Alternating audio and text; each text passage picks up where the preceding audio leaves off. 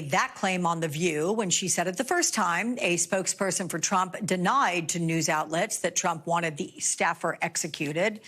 But right now, joining me is Olivia Troy, former Homeland Security and Counterterrorism Advisor to former Vice President Mike Pence and a really good friend to us. So, Olivia, look, crazy question, but considering the source, does Donald Trump at least get credit for not killing anyone? I mean, he's the one who said he could stand in the middle of Fifth Avenue and shoot someone and not lose a single vote. Well, I mean, it certainly is something that violence and anger certainly lies within him and many in his inner circle. And we're seeing that sort of surface now as we see some of these tapes and stuff coming out, especially with Roger Stone. But I think he can get credit for now. But what will it be like in the future if he is granted immunity? If this is a man who claims that he has presidential immunity? By the way, during the second impeachment, it was actually Trump himself who said that there's an investigative process that can play out in the courts and that no one is above the law and no one should be immune from that process, which is interesting that now he's flipped that narrative to his convenience. So I think that is why the question of immunity is so dangerous, because of the precedent that can set.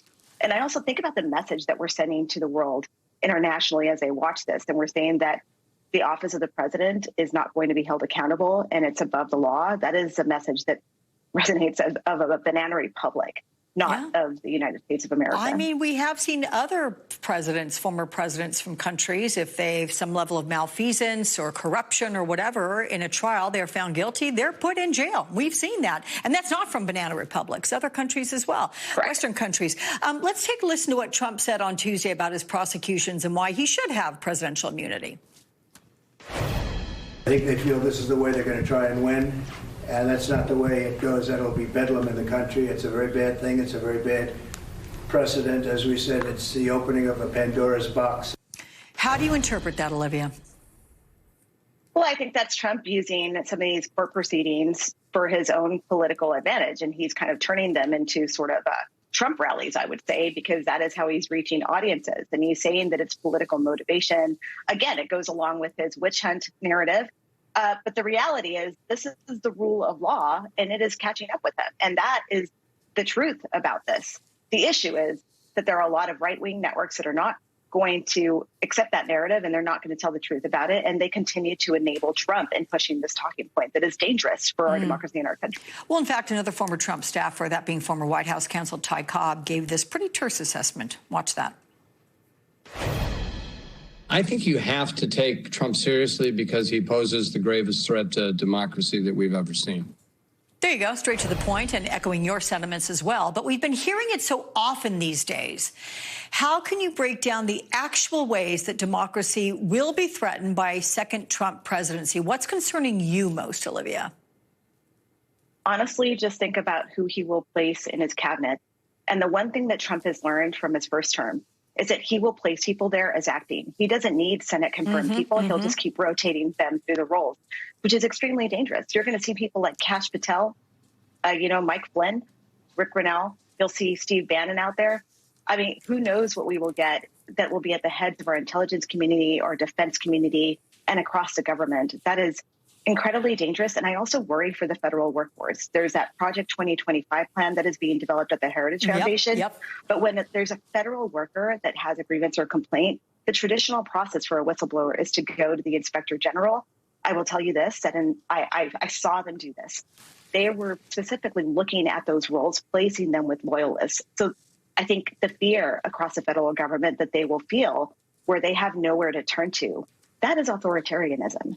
Yeah, that is extraordinary. If it's my recollection properly, what you're mentioning there relative to the Heritage Foundation, I think they're trying to flood the federal employees almost tenfold with the number of Trump loyalists than what would be typical for any incoming administration. I mean, it is pretty frightening to think about. But Donald Trump did this 180 this week on his previous promise to voters when he said he would be their retribution. Watch this.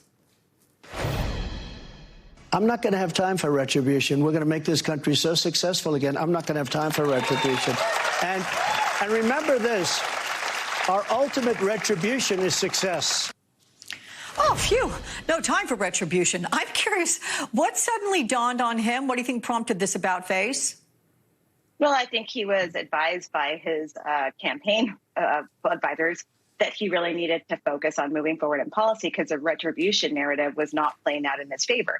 But I'll say this, even though he's saying that, he's still talking about retribution because it's front and center. This is someone who is vindictive. He's a narcissist. We know this. And we know that he will exact revenge. And we know it because also his surrogates, people like Steve Bannon and Kash Patel, who we just talked about, have actually been out there saying that they were going to use the CIA against media and journalists. These are things that they have said recently. So we know that that is the game plan, regardless of what Donald Trump is now trying to walk back.